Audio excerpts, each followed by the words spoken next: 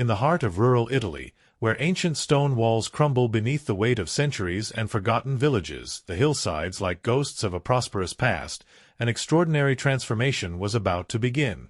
Two friends, armed with nothing but determination and a single dollar, would embark on a journey that would challenge everything they thought they knew about restoration, friendship, and the hidden value of abandoned dreams.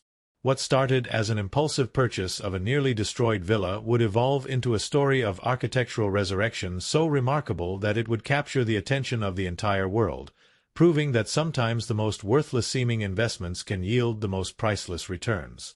The discovery happened on a gray autumn morning when the two friends were scrolling through an obscure Italian real estate website that specialized in abandoned properties.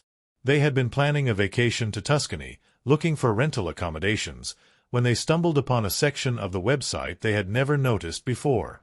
The listings were unlike anything either of them had ever seen.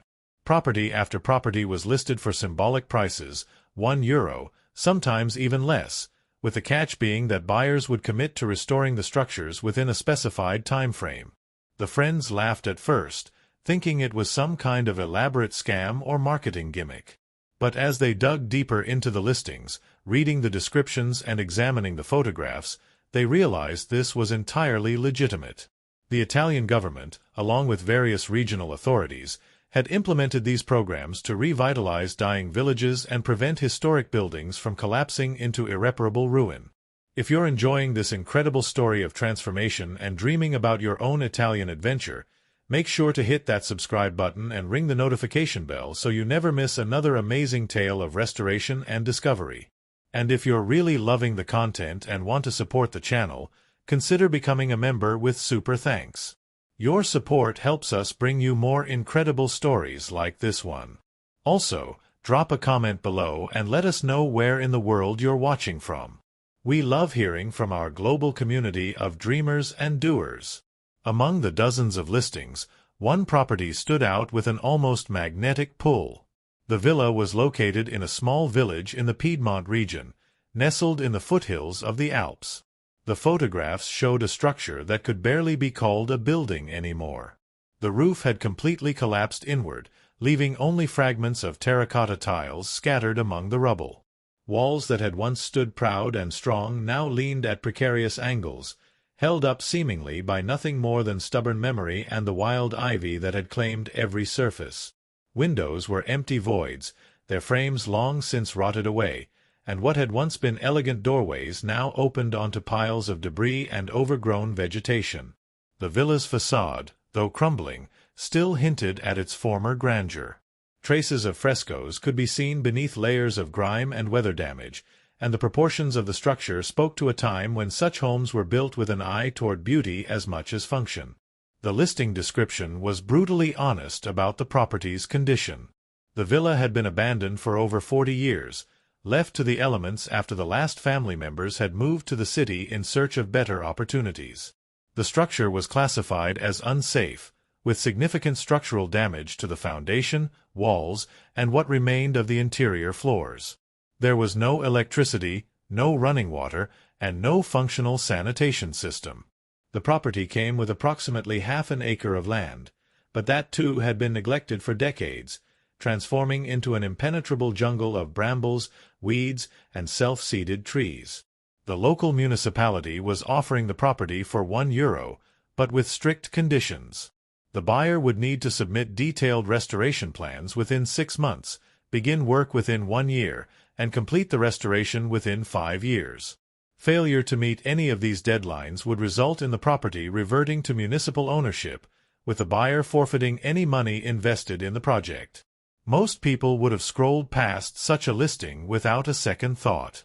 The risks were enormous, the challenges seemingly insurmountable, and the likelihood of success appeared slim at best.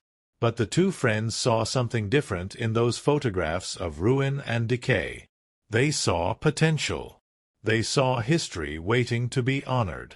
They saw an adventure that could change their lives in ways they couldn't yet imagine. Both men were in their early 30s, stuck in corporate jobs that paid well but left their souls feeling empty. They had been friends since college, bonding over a shared love of history, architecture, and the idea that life should be more than spreadsheets and conference calls. Over the years, they had talked endlessly about doing something dramatic, something that would shake them out of their comfortable but ultimately unfulfilling routines. The villa felt like the universe presenting them with an opportunity they couldn't refuse. The decision to purchase the property was made with surprising speed. After that initial discovery, they spent 3 days researching every aspect of the project. They read Italian property law, studied the renovation grant programs available in the region, watched dozens of videos about restoration projects in Italy, and calculated rough estimates of what the work might cost. The numbers were daunting. Even the most conservative estimates suggested they would need to invest somewhere between €150,000 to €250,000 to properly restore the villa. This didn't include their time, their labor, or the cost of living in Italy during the restoration period. They would need to learn new skills, navigate a foreign bureaucracy, and work in a language neither of them spoke fluently. The risks of failure were substantial, as were the risks to their friendship. Projects like this had destroyed relationships before, and they both knew it. But despite all the rational arguments against the purchase, despite the warnings from family and the skepticism from friends, they decided to move forward. They each contributed $500 to cover the initial purchase, legal fees, and basic travel expenses for their first visit to inspect the property in person. The purchase process itself was surprisingly straightforward. They hired an Italian lawyer who specialized in these €1 property sales, submitted the required documentation, and within 6 weeks, they were property owners in Italy. The deed arrived via courier on a Monday morning, an official-looking document with ornate borders and multiple stamps and seals. Holding that piece of paper, they felt a mixture of excitement and terror in equal measure. They had just committed to a project that would consume years of their lives and potentially every penny of their savings. There was no turning back now. Their first trip to see the villa in person happened in early spring. They flew into Milan, rented a small car, and drove for several hours into the countryside, following increasingly narrow and winding roads until they reached the village. The place was even more remote than they had imagined. The village itself consisted of perhaps 20 buildings, most of them in various states of disrepair. They saw only 3 people during their initial drive-through, all elderly, all watching the newcomers with expressions of curiosity mixed with suspicion. The villa was located on the edge of the village, accessible only by a rutted dirt track that tested the limits of their rental car's suspension. When they finally parked and stood before their purchase for the first time, the reality of what they had done hit them with full force. The photographs had not adequately captured the extent of the destruction. The villa was larger than they had realized, with 3 full stories plus what had once been an attic space beneath the collapsed roof. The stone walls, which had appeared merely weathered in the pictures, were in far worse condition up close. Cracks ran through the masonry like spider webs, and in several places, entire sections of wall had fallen away, exposing the rubble core construction beneath. The ground floor was filled nearly to ceiling height with debris from the collapsed upper floors, making it impossible to even enter the building safely without clearing a path. Wild animals had clearly made homes in the ruins. They could see evidence of nests, droppings, and the worn paths of creatures moving through the wreckage. The smell was overwhelming, a mixture of rot, mold, animal waste, and the musty scent of long undisturbed decay. They spent that entire first day just walking around the exterior of the building, trying to assess what they were facing. Every time they thought they had grasped the full scope of the damage, they would discover something new. A retaining wall on the north side of the property was on the verge of collapse. The villa's elaborate entrance staircase had separated from the main structure and was slowly sliding down the hillside. What they had thought was solid ground turned out to be a collapsed cellar, barely covered by a thin layer of soil and vegetation. By the end of that first day, sitting on a fallen stone column as the sun set behind the Alps in the distance, they had to ask themselves if they had made a terrible mistake. The project suddenly seemed less like an adventure and more like an impossible task. They were not contractors, not structural engineers, not restoration specialists. They were two regular guys with office jobs and a romantic idea about fixing up an old building. That night, staying in a small hotel in the nearest town, they nearly decided to walk away. They could forfeit the €1 purchase price and the few $1,000s they had spent so far. It would sting, but it wouldn't ruin them financially. They could go back to their normal lives, laugh about their brief moment of insanity, and forget the whole thing. But as they talked through the night, something shifted. They began to discuss not the impossibility of the project, but rather how they might break it down into manageable pieces. Instead of seeing one enormous, overwhelming task, they started to see a series of smaller challenges that could be tackled one at a time. Clear the debris. Stabilize the structure. Replace the roof. Restore the walls. It was still a massive undertaking, but when viewed as a sequence of steps rather than a single insurmountable obstacle, it began to feel possible. Over the next 6 months, they transformed their lives to make the restoration project feasible. They negotiated leaves of absence from their jobs, arranged to work remotely when possible, and drastically simplified their personal lives to minimize expenses.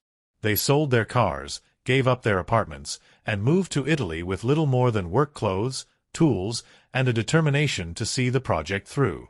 They rented a small, basic apartment in the village for virtually nothing, as the elderly landlord was simply happy to have people living in the building.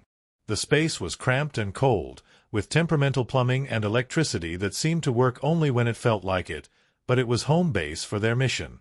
The first months of actual work were brutally difficult. They began with the most basic and unglamorous task imaginable: clearing debris. Every piece of collapsed roof, every broken beam, every chunk of fallen masonry had to be carried out by hand. They rented a small dumpster, which they filled and emptied repeatedly. They worked from sunrise to sunset, developing muscles they never knew they had and calluses that seemed to form in new places every week. The physical exhaustion was compounded by the emotional roller coaster of discovery.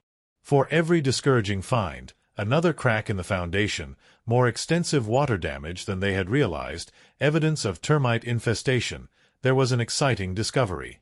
They found original floor tiles beneath the rubble, intact frescoes hidden behind later additions, hand-carved stonework that had survived the decades of neglect, and even a small cache of family photographs and letters that offered glimpses into the villa's past.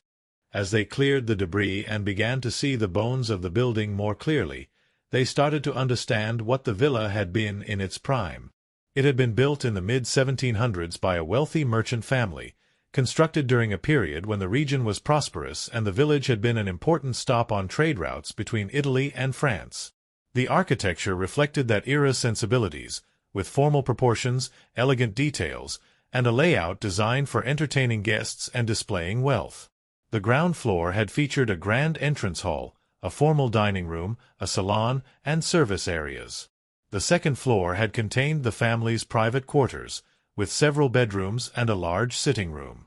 The third floor had housed additional bedrooms for children and guests, while the attic space had been servants' quarters and storage.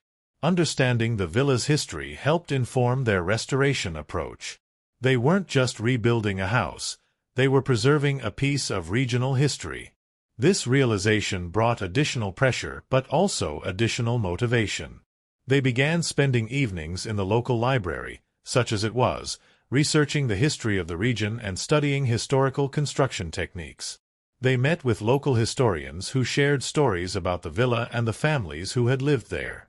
They learned that the property had been a center of village social life in the 19th century, hosting celebrations, political meetings, and cultural events. During World War II, the villa had sheltered refugees fleeing from the violence in the cities. The last family members to live there had been an elderly couple who had stayed until the 1970s, when age and declining health forced them to move to a care facility. After their passing, the property had fallen into legal limbo for years before finally being acquired by the municipality through a tax default process. Armed with this historical knowledge, the friends developed a restoration philosophy. They would preserve and restore original elements wherever possible, replace damaged components with period-appropriate materials and techniques when necessary, and only introduce modern elements where absolutely required for safety, comfort, and legal compliance. This approach meant that the work would be slower and more expensive than a simple renovation, but it would result in something authentic, something that honored the villa's heritage while making it functional for contemporary life. The structural stabilization phase was where they first encountered the need for professional help. They had hoped to do most of the work themselves to save money, but it quickly became clear that some tasks required expertise they simply didn't possess. They hired a structural engineer who assessed the building's condition and developed a plan to address the most critical issues. Steel reinforcements were installed to strengthen weakened walls. The foundation was underpinned in several areas where settling and water damage had compromised its integrity. Modern concrete was carefully inserted behind original stonework to provide hidden structural support. These professional interventions consumed a significant portion of their budget, but they were absolutely necessary to ensure the building wouldn't simply collapse during restoration. While the structural work was being done by contractors, the friends focused on tasks they could handle themselves. They learned masonry repair, mixing traditional lime mortar and carefully piecing damaged walls back together like three-dimensional puzzles. They studied Italian building techniques specific to the region, learning how local craftsmen had traditionally worked with the local stone. They made countless mistakes, had to redo work multiple times, and slowly, painfully developed skills they had never imagined needing. There were days when the learning curve felt impossibly steep, when a task that should have taken a few hours stretched into days because they didn't know what they were doing. But gradually, incrementally, they improved. The roof restoration was a major milestone. They had debated whether to try to save any of the original roof structure, but ultimately decided that for safety and longevity, a complete replacement was necessary. They worked with a local roofer who specialized in traditional construction, using hand-hewn chestnut beams for the main structure. The wood was expensive, but it was what would have been used originally, and it would last for centuries if properly maintained. The terracotta tiles were sourced from a small, family-run tile workshop that had been producing roofing materials using traditional methods for generations. Each tile was slightly different, with minor variations in color and texture that gave the finished roof a lived-in character that machine-made tiles could never achieve. The day they completed the roof was emotional. For the first time in over 40 years, the villa was protected from the elements. The transformation was visible from a distance. Villagers who had watched their progress with skeptical amusement began to take the project seriously. The elderly woman who ran the village's only store started saving Italian architecture magazines for them. The priest at the small church invited them to a community dinner. They were slowly being accepted not as crazy foreigners with an impossible project, but as part of the community, as people who cared about preserving something important. As the structural and weather protection work was completed, they moved to the interior restoration. This is where the project transformed from construction work to something more artistic. They painstakingly restored original plaster, using traditional techniques to repair centuries-old walls. Where frescoes had survived, they hired a specialist in art restoration to carefully clean and stabilize the paintings.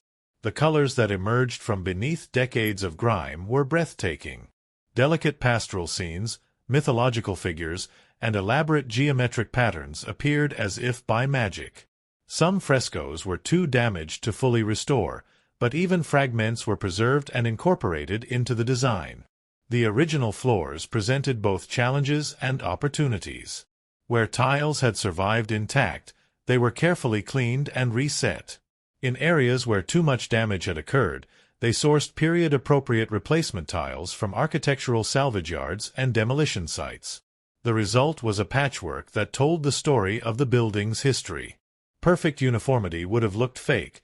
The variations and repairs were evidence of the villa's long life and multiple generations of occupants. Modernizing the villa's systems while maintaining its historic character required creative problem-solving. They needed electricity, plumbing, and heating, but they didn't want modern installations to dominate the space. Electrical wiring was run through carefully concealed channels in the walls. Plumbing was routed through service areas and behind walls, with fixtures chosen to blend with the historic aesthetic. For heating, they installed a modern hydronic system, but used period-appropriate radiators in the main rooms. In the bathrooms and kitchen, they allowed themselves more contemporary design, but even there, they chose fixtures and finishes that felt compatible with the rest of the house. As the restoration entered its third year, the villa was beginning to look like a home again rather than a construction site. They had windows installed, custom-made to match the original dimensions and proportions. They restored the grand entrance staircase, a massive undertaking that involved disassembling the entire structure, repairing damaged stones, and rebuilding it with modern reinforcement hidden within the historic materials. They refinished the villa's original doors, stripping away decades of paint to reveal beautiful chestnut wood that glowed when properly treated. The garden restoration was an unexpected joy. As they cleared the overgrown jungle that surrounded the villa, they discovered traces of the original landscaping. Stone pathways emerged from beneath decades of accumulated soil and vegetation. The outlines of formal garden beds became visible. They found the remains of a fountain, its carved stone basin cracked but reparable. Using old photographs and descriptions from historical documents, they recreated elements of the original garden design, while also adding practical elements like vegetable beds and a small orchard. Throughout the restoration process, their budget was constantly strained. They had underestimated costs in almost every category. Materials were more expensive than anticipated. Unexpected problems, like discovering that the villa's entire electrical system from the 1950s would need to be removed and replaced, added tens of thousands of euros to the bill. They applied for every grant and subsidy program they could find. The Italian government and EU offered various incentives for historic restoration, and they became experts at navigating the bureaucratic maze required to access these funds. They also took on consulting work remotely whenever possible, using their professional skills to earn money while living on site. The project took a toll on their personal lives and their friendship. There were arguments about approach, about budget priorities, about whether to spend limited resources on historical accuracy or practical functionality. There were moments when the stress of the project, the physical exhaustion, and the constant financial pressure brought them to the edge of giving up. They each had moments of doubt, times when they wondered if they should cut their losses and sell the partially restored villa to someone else to finish. But they always came back to their shared vision and their commitment to seeing the project through. By the fourth year, the villa had been transformed. The crumbling ruin had become a stunning example of thoughtful historic restoration. Every room told a story, blending preserved original elements with carefully chosen restorations and minimal modern additions. The ground floor's grand entrance hall featured the restored frescoes, original floor tiles, and a spectacular hand-forged iron chandelier they had commissioned from a local metalworker. The formal dining room's walls displayed their natural stone construction, carefully repointed and sealed. The kitchen combined period-appropriate cabinetry with modern appliances hidden behind custom panels.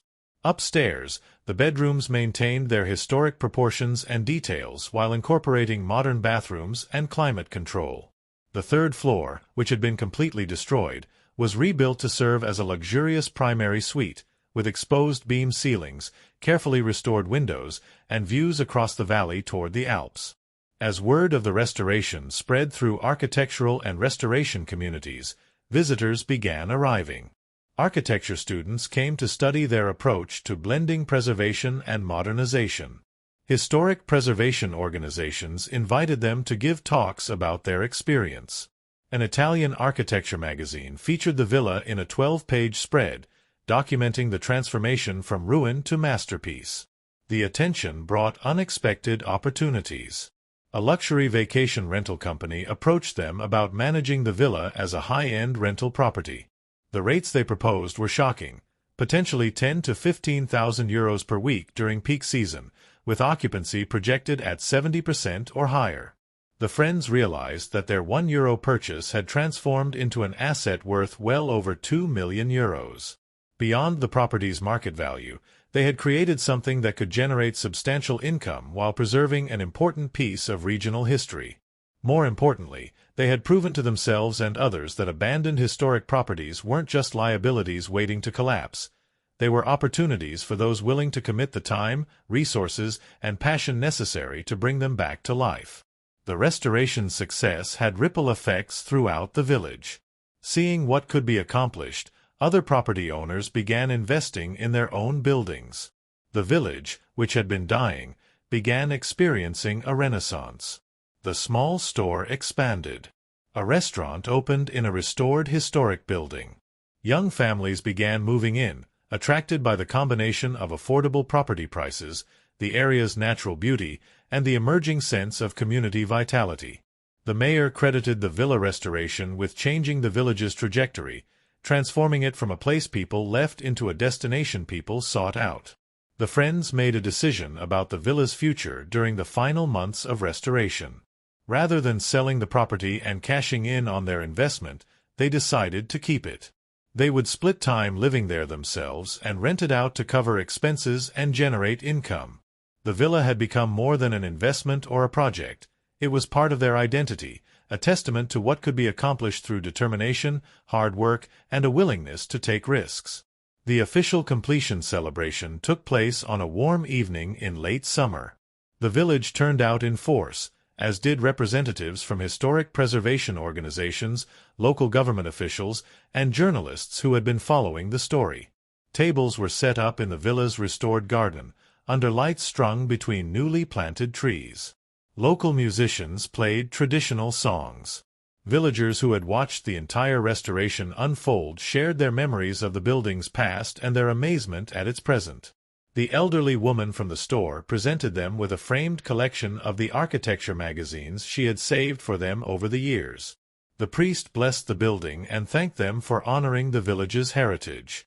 Standing in the entrance hall that evening, surrounded by people who had become friends and looking at the transformation they had achieved, the two friends reflected on the journey. They had arrived as outsiders with a crazy idea and $1 between them. They were leaving, though they would return often, having created something beautiful, preserved something important, and proven that the most extraordinary transformations often begin with the smallest investments. The villa that had been too ruined for anyone else to consider was now a showcase of restoration excellence. The €1 they had paid had been transformed through years of labor, hundreds of thousands of euros in investment, and immeasurable quantities of determination and vision into an asset worth millions. But the real value of the project wasn't measured in euros or property valuation.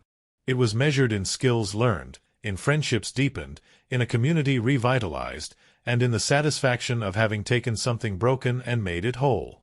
They had proven that historic buildings weren't disposable, that abandoned villages could be saved, and that two ordinary people with extraordinary commitment could accomplish things that seemed impossible.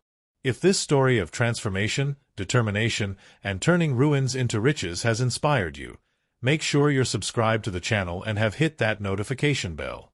We bring you incredible stories of restoration, renovation, and real estate adventures from around the world every single week. If you want to go above and beyond and support the channel, click the Super Thanks button below this video. Your support directly helps us continue creating content that inspires and informs. And don't forget to leave a comment telling us where you're watching from and whether you'd ever consider taking on a €1 property restoration project yourself. We love hearing from our community of dreamers and doers. Until next time, keep dreaming big and remember that sometimes the best investments are the ones that seem impossible at first.